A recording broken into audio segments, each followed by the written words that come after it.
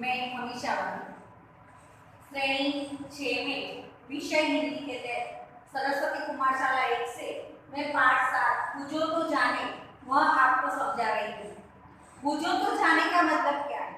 जो गुजराती में हम कहते हैं खाना यानी कि कोयड़ा, जो हम अपनी ही भाषा में कुछ टेढ़े मेढ़े शब्दों में लिखते हैं और सामने वाले इंसान को समझ नहीं पाता, उसे हम कोयड़ा यानी पूछो को जाने यह कहते हैं।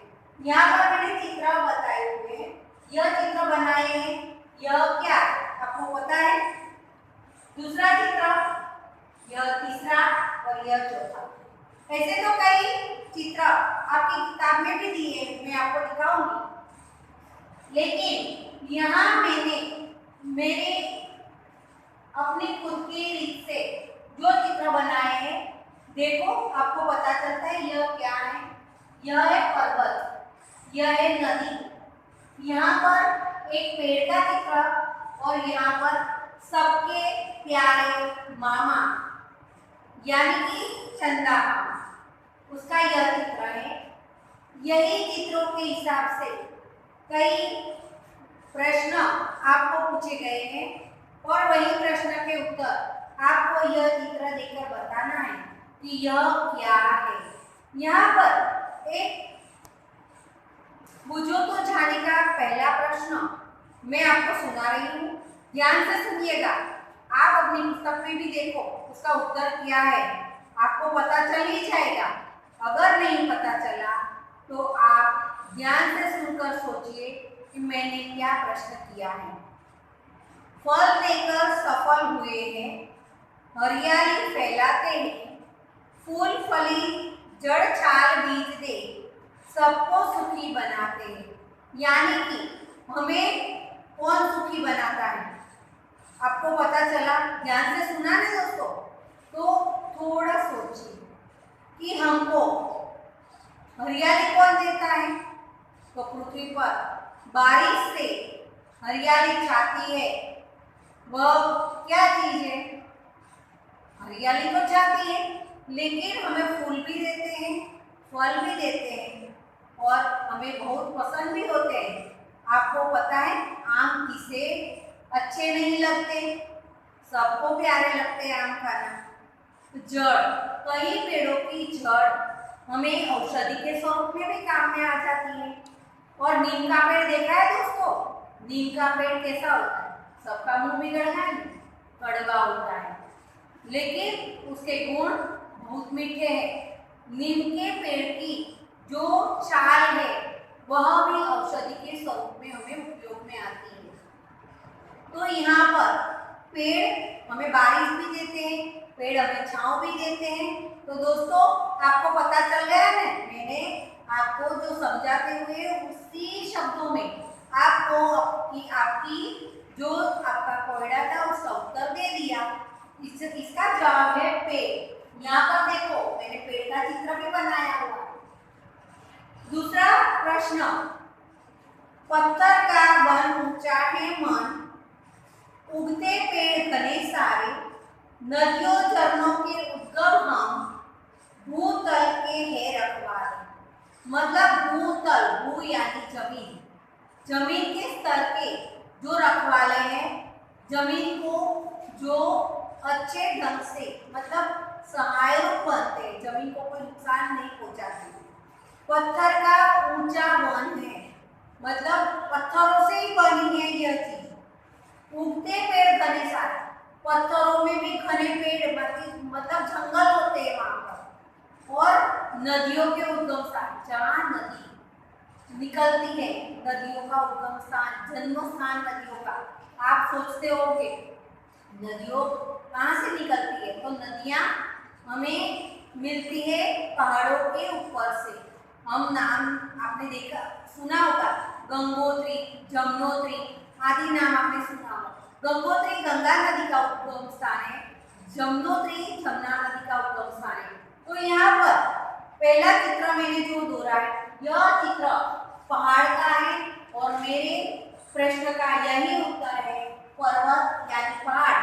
जो पुस्तक में आपको चित्र के स्वरूप में दिखाती हूँ पहाड़। आपके यह कोयले का यानी भुजों को जाने प्रश्न का आंसर है पहाड़ यानी पर्वत। तो दोस्तों तीसरा प्रश्न मेरा क्या है? स्वयं न पीती प्यासी रहती, देती जब्बर को पानी, खेत सींचती नाव चलाती, बहती हूं मैं मनमानी। यह प्रश्न उसका जवाब आपने सोच लिया है दोस्तों? क्या प्रश्न और उसका क्या जवाब पता चल गया आपको? नहीं चला? कितने दोस्तों को पता नहीं चला? सोचो सोचो, जल्दी सोचो। चलो मैं ही बता देती हूँ। स्वयं न पीती प्यासी रहती, यानी पानी उसके पास बहुत सारा है लेकिन उसकी प्यास कभी बुझती नहीं है। जग पूरे जग को पानी देती है। पेड़ पौधे पशु पंखी इंसान हर सजीव को वह पानी देती है लेकिन कभी खुद पीती नहीं है।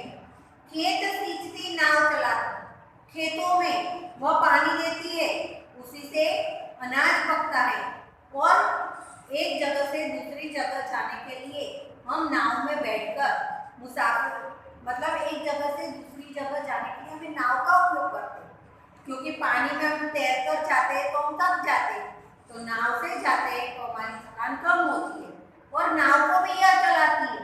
तो दोस्तों यह चीज क्या है? कौन है यह? अपनी मनमानी से दौड़ती है। आप अपनी मनमानी करते हैं तो आपके पिताजी माँ दादा दादी सब डांटते हैं, लेकिन उसको डांटने कोई नहीं चाहता, अपनी मनमानी करके वह दौड़ती है। तो कौन है दोस्तों, पता है आपको? यहाँ पर देखो, यह मैंने यहाँ पर चित्र बताया, यह है नदी।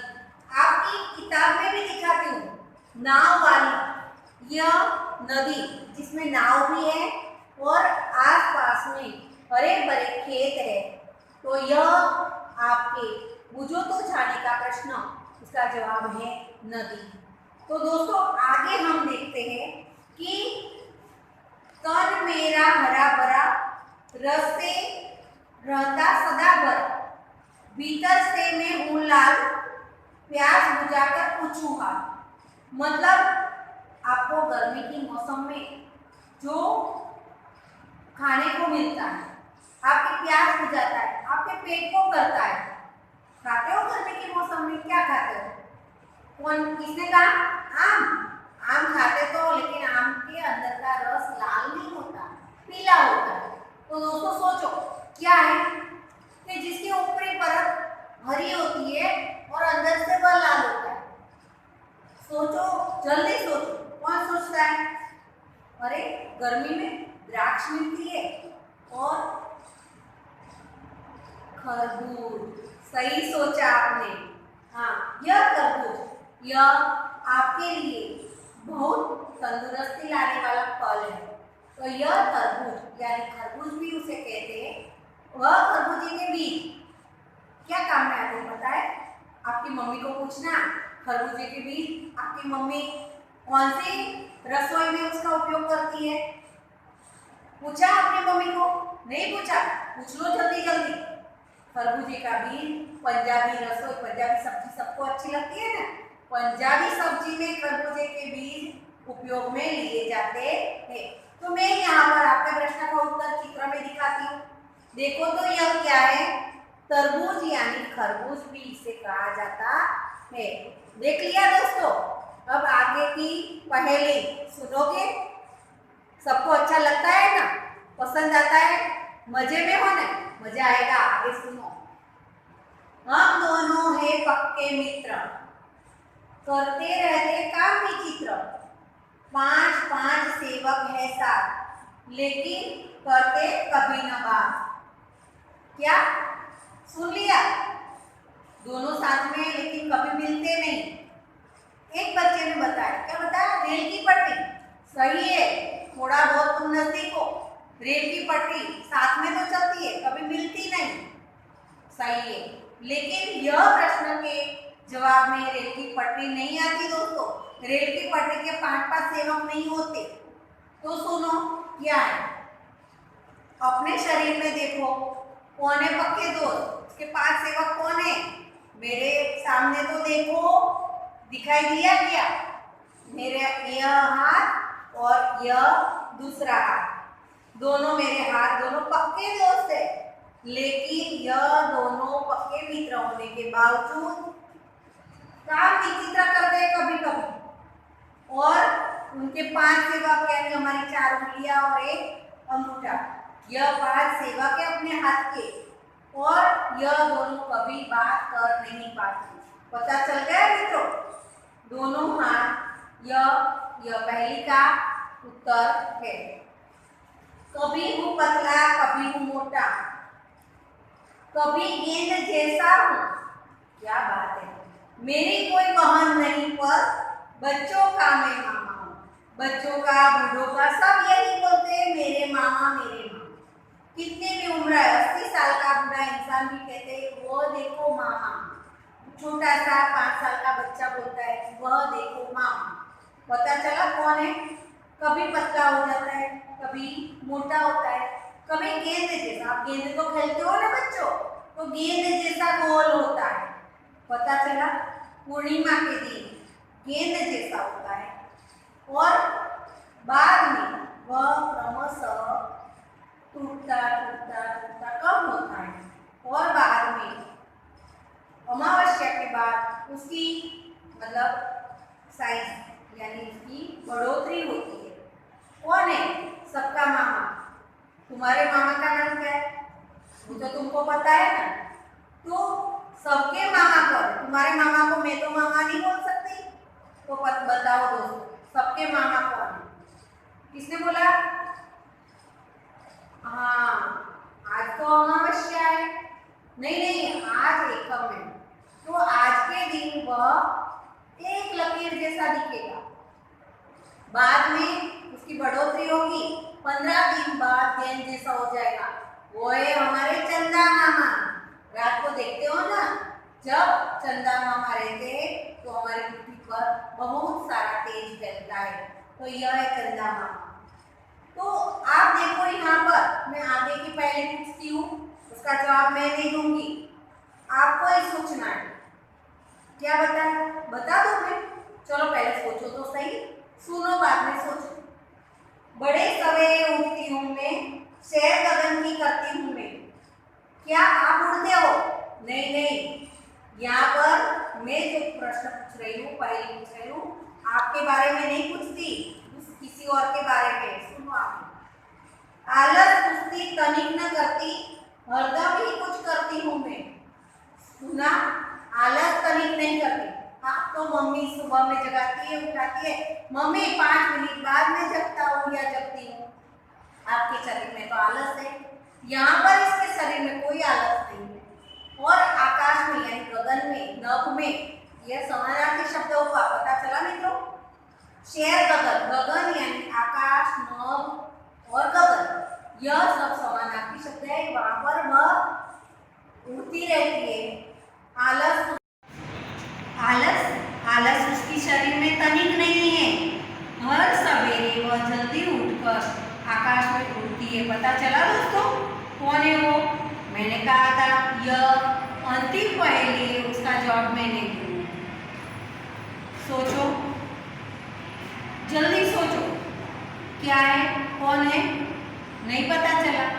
चलो जवाब मुझे ही देना पड़ेगा। आपकी किताब में देखोगे तो यहाँ पर मैंने सभी पहेलियाँ दिखाई आपको, सभी चित्र आपको दिखाए, लेकिन उसमें कौन है जिसका जवाब मैंने नहीं दिया? दिखता है आपको? कौन सा चित्र बाकी रह गया? देखो गौर से देखो, कुछ दिखता है? देख लिया ना दोस्तों? हाँ, सही जवाब आपने दिया, जवाब वही सही है। चिड़िया हर सवेरे उठकर आकाश में उड़ती है, तनिक आलस न करते, वह हरदम अपना काम कुछ न कुछ करती रहती है, वही है चिड़िया।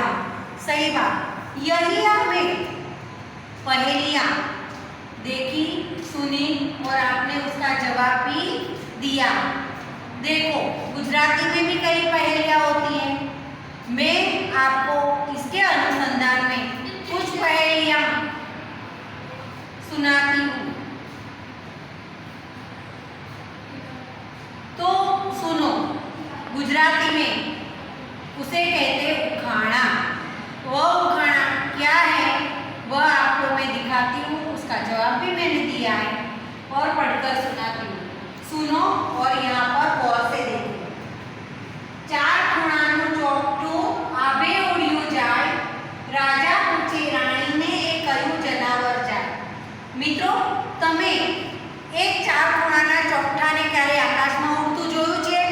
તમે દર વર્ષે એ તહેવાર તો મનાવો જ છો અને એ બે દિવસ એ તહેવાર ઉજવો છો। એ કયો તહેવાર છે ખબર છે મિત્રો? એ છે ઉત્તરાયણ। ઉત્તરાયણનો સમાનાર્થી શબ્દ કયો? મકર સંક્રાંતિ। તો મકર સંક્રાંતિમાં તમે જે ચાર ખૂણાનું ચોકઠું ઉડાડો છો એનો જવાબ છે પતંગ। બીજું ઉખાણું જોશો? મજા આવે છે ઉખાણ સાંભળવામાં? તો સાંભળો। કાળો ઘોડો સફેદ સવારી, ફરી રિપીટ કરું છું।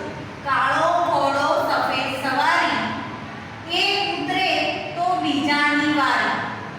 બોલો, એક ઘોડા ઉપર બે જણ બેસી શકે, પણ કાળા ઘોડા ઉપર સફેદ સવારી કરનારો માણસ એક ઉતરે ને તો જ બીજાનો વારો આવે। તો મિત્રો, એનો જવાબ છે તાવડી અને રોટલી। તાવડીની અંદર મમ્મી રોટલી શેકે છે, જોયું છે તમે? એક સાથે બે રોટલી ક્યારેય નથી શેકાતી। એક રોટલી ઉતરે પછી જ બીજી રોટલી શેકાય છે। ત્રીજું ઉખાણું કયું છે? તો મિત્રો, આ ત્રીજું ઉખાણું બરાબર ધ્યાનથી વાંચો। એવી કઈ ચીજ છે જે દરેક બાળકો ખાય છે? દોસ્તો, ક્યારેક ક્યારેક તો મોટા પણ ખાતા હોય છે, બરાબર ને? ખાય છે બધા, પણ કોઈને ગમતું નથી, પણ કોઈને સારું નથી લાગતું। ખાવાની વસ્તુઓને સારી ન લાગે માન્યામાં આવે છે મિત્રો? મને તો ખબર છે કે હું તો ક્યારેય કોઈનું ખાવા તૈયાર નથી। તમારે ખાવો હોય તો આવી જજો। શું છે જવાબ? ઠપકો। આપણે કંઈક ખોટું કામ કરીએ તો વડીલો આપણને આપે એવો ઠપકો।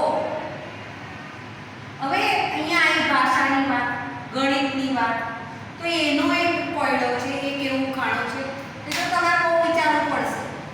એવું કયું નામ છે જેને આપણે ગુજરાતી, ગણિત અને અંગ્રેજી ત્રણેય ભાષામાં લખી શકીએ છીએ? હેલો મોટો। ત્રણેય ભાષામાં લખાતું આ ખાણું એ કયું? જવાબ સાંભળો મિત્રો, એ જવાબ છે વિનોદ। પહેલો અક્ષર છે વી, જેને તમે અંગ્રેજીમાં વી લખો। નો, નો એટલે એને હિન્દીમાં પણ નો કહેવાય। નો એટલે હિન્દીમાં ન વડે નવ અને ગુજરાતીમાં પણ નો એટલે નવ। અહીંયા આપણે ગાણિતિક રીતે લખ્યું છે 9 એટલે કે 9। છેલ્લું છે વી નો, એમાં દ એ દડાનો દ, એટલે કે અંગ્રેજી, ગણિત અને ગુજરાતી ત્રણેય ભાષામાં આપણે આ નામ લખી શકીએ છીએ। મિત્રો, આ તો થયા ગુજરાતી ઉખાણાની વાત, પણ આ ઉખાણા સાથે સાથે તમને જે સમજાવ્યું છે એનું ઘરકામ પણ તમારે કરવાનું છે। તો એ ઘરકામ તમે કરશો ને મિત્રો? અહીંયા અભ્યાસ અને સ્વાધ્યાય આપ્યું છે, જેની અંદર ઉખાણા છે, ઘણું બધું નવું તમને જાણવા મળશે। તો એ અભ્યાસની અંદર ઉપર આ મત જા એવું વાક્ય લખ્યું છે, એની અંદર એક ફળનું નામ છે, તમારે શોધવાનું છે। બે અક્ષરને જોડશો એટલે એક ફળનું નામ બનશે અને એની અંદર આમ, आम यानी गुजराती में कहवाय छे के आम शब्द इसमें हमें जवाब में मिलता है। मैं एक और आपको उदाहरण दे रही हूँ। संतराम आ गया, तो उसमें कौन से फल का नाम है? संतरा। ऐसे ही यहाँ पर प्रश्न 2 में कई पशुओं के चित्र दिए गए हैं। कौन कौन से पशु हैं आपको उसमें रंग भरकर दिखाना है और उस पशुओं के नाम भी आपको लिखने हैं। यह है आपकी सही पहेली। आगे आपको दिए गए हैं वह शब्द को वाक्य में प्रयोग करना है। यहाँ पर कौन कौन से शब्द हैं? वह जो शब्द हमने पहेली में देखे वह शब्द है पेड़, नदी, हाथ, यह शब्द पर्वत, यही सब को वाक्य में प्रयोग करना है। तो एक वाक्य मैं आपको सुना रही हूँ। पेड़ हमें बारिश से पानी दिलाते हैं और पेड़ हमें छांव भी देते हैं, पेड़ हमें फल भी देते हैं। एक शब्द को प्रयोग करके मैंने 3 वाक्य बनाए। दोस्तों यहाँ पर 2 चित्र दिए गए हैं। चित्र को आप ध्यान से देखो, आपकी नज़र बहुत बारीक होती है, तो आप देख लो यहाँ पर 2 चित्र में क्या क्या दोनों में फर्क दिखाई दिए मित्रों। तो यह फर्क आपको दिखाने के 2 चित्र में क्या अंतर है। कोष्टक में पढ़कर शब्द को लिखना है। पहला है किसी को जाने के लिए कहना, एक ही शब्द में आपको जवाब देना है, तो आप क्या कहोगे? तो यहाँ पर कोष्टक दिया है, वह कोष्टक में आपको लिखना है जा। एक शब्द में जवाब लिखोगे आप जा। वैसे ही आपको कई जो प्रश्न है उसके जवाब कोष्टक में लिखने हैं। नीचे दिए गए पहेली में सार्थक शब्द ढूंढकर लिखिए, यानी सही शब्द हमें ढूंढकर कोष्टक में से लिखना है और वही सही उत्तर आपको अपनी कॉपी में भी लिखना है। यहाँ पर स्वाध्याय बहुत मज़ेदार स्वाध्याय है, आपको बहुत अच्छा लगेगा। एक खेल है, खेलोगे दोस्तों खेल। यहाँ पर नीचे जो शब्द दिए गए हैं वही शब्दों को आपको उसके समानार्थी शब्द या विरोधी शब्द के रूप में आपको यह पूरा कोष्टक भरना है। साथ ही आपको विराम चिन्ह मैंने आगे की गद्य में सुनाया था कि विराम चिन्ह आपको लिखने। विराम चिन्ह यानी पूर्ण विराम, अल्प विराम, गुरु विराम, अवतरण चिन्ह, यही शब्द विराम चिन्ह लगाकर आपको अपनी कॉपी में से वाक्य फिर से अपनी कॉपी में लिखना है। तो यह विराम चिन्ह लिखकर वाक्य आपको फिर से लिखना है। आप क्या खाएंगे? क्या मतलब प्रश्न है, तो प्रश्न वाक्य आप कैसे लिखोगे? तो यहाँ पर मैं दिखा रही हूँ कि यह है प्रश्नार्थ चिन्ह। क्या है यह? प्रश्नार्थ चिन्ह। ऐसे ही मैं बाजार जा रहा हूँ, तो वह वाक्य वहीं पर खत्म हो जाता है। तो उसको हमें पूर्ण करने के लिए हमें पूर्ण विराम लिखना है। यहाँ पर देखो यह डॉट है, उसे पूर्ण विराम कहा जाता है। क्या कहते हैं? पता चला ना, पूर्ण विराम। ऐसे ही कोई बात, कोई किसी को उद्देश्य कर किसी को कहता है, तो वही वाक्य को हम अवतरण चिन्ह में लिखते हैं। तो इसे यहाँ पर ध्यान से देखो दोस्तों, यह दोनों उसके बीच में जो वाक्य लिखी जाती है उसे अवतरण चिन्ह कहते हैं। क्या बोलते हैं? अवतरण चिन्ह। तो यहाँ पर यह अवतरण चिन्ह। ऐसे ही आपको अपने कॉपी में वाक्य लिखना है और चिन्ह लिखने हैं। शब्द विशेषण शब्द छांट कर लिखना। विशेषण क्या है? नाम के अर्थ में जो विशेषता दिखाई जाती है उसे विशेषण कहा जाता है। कक्षा में बच्चे बैठे हैं, तो यह पूर्ण वाक्य है कि कक्षा में बच्चे बैठे हैं। लेकिन कितने बच्चे बैठे हैं? तो दूसरा वाक्य है कक्षा में 4 बच्चे बैठे हैं। तो बच्चों में क्या विशेषता है? तो 4। तो यह संख्यावाचक विशेषण है, तो आपको विशेषण लिखना है। ऐसे ही एक दूसरा वाक्य मैं आपको बता रही हूँ, यह किताब मेरा भाई लाया है। तो यहाँ पर मेरा, तो यह मेरा शब्द यह विशेषण है। गिलास में शरबत डाला है, शरबत तो नाम है, लेकिन यहाँ पर थोड़ा सा शरबत डाला है। तो यह वाक्य फिर से मैं पढ़ रही हूँ, गिलास में थोड़ा सा शरबत डाला है। तो थोड़ा सा शब्द है, यह विशेषण है। तो आपको प्रश्न 5 में जो वाक्य दिए गए उसमें आपको अपनी कॉपी में विशेषण लिखना उसके बाद यहाँ पर दो चित्र दिए गए हैं। यह चित्र में यहाँ पर आपको अच्छे भले नए नए रंग भरने हैं।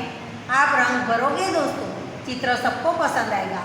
यहाँ पर जो नीचे चित्र दिया है उसके पास में आपको शब्द दिखाई देंगे। उस शब्द को चित्र में शब्दकोश के क्रम में आपको लिखने हैं। लिखोगे, यह अभ्यासक्रम आपको अपनी इम्तिहान में बहुत काम आएगा। यह अभ्यास स्वाध्याय आप करोगे, इम्तिहान में अच्छे नंबर मिलेंगे और अच्छे नंबर से पास होगे तो आप आपके घर में अपने मम्मी पापा दादा दादी सबके आंखों के तारा बन जाओगे। पता चला नहीं मित्रों, यह चुटकुले यानी बुझो तो जाने पहेलियाँ सब हमारे मन के रंजन के लिए है। आपने सुना, सही सुना। आभार अस्तु।